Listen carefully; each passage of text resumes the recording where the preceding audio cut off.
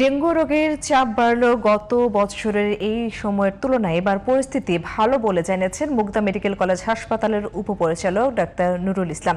আগের থেকে মানুষ ডেঙ্গু সম্পর্কে অনেকটাই সচেতন বলেও জানান তিনি। রফিক মাহমুদের রিপোর্ট।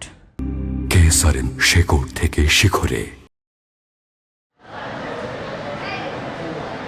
টানা বৃষ্টিতে দেশে বাড়ছে ডেঙ্গুর প্রকোপ, দীর্ঘ হচ্ছে আক্রান্ত ও মৃতের সংখ্যা। চলতি বছর বুধবার পর্যন্ত ডেঙ্গুতে আক্রান্ত হয়ে মৃত্যু হয়েছে ৩৮ জনের, যার মধ্যে শুধু জুলাই মাসেই ২০ জন মারা গেছেন। সারা দেশের মতো রাজধানীর হাসপাতালগুলোতেও বাড়ছে ডেঙ্গু আক্রান্ত রোগীর সংখ্যা। আক্রান্তদের বেশিরভাগই রাজধানীর মুগদা, মান্ডা ও ঢাকার বাইরের জেলা নারায়ণগঞ্জ, কুমিল্লা, নোয়াখালী এলাকার। তীব্র জ্বর, মাথা ব্যথা, বমিসহ বিভিন্ন জটিলতায় ভুগছেন তারা। শুরুর দিকে জ্বর, শরীর ব্যথা,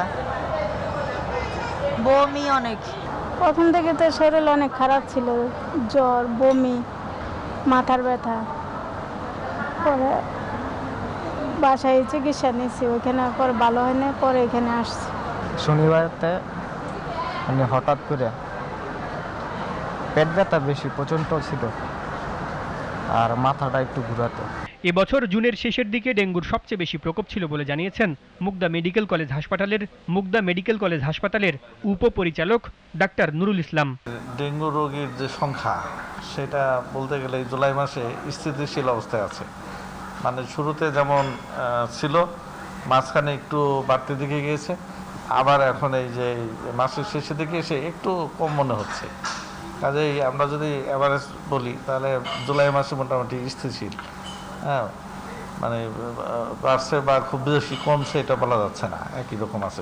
এদিকে সরকারের বিভিন্ন পদক্ষেপের ফলে হাম পরিস্থিতির কিছুটা উন্নতি হলেও এখনও থামানো যায়নি প্রাণহানি।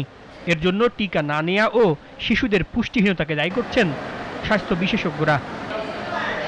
Rafiq Mahmud, GTV news, Dhaka.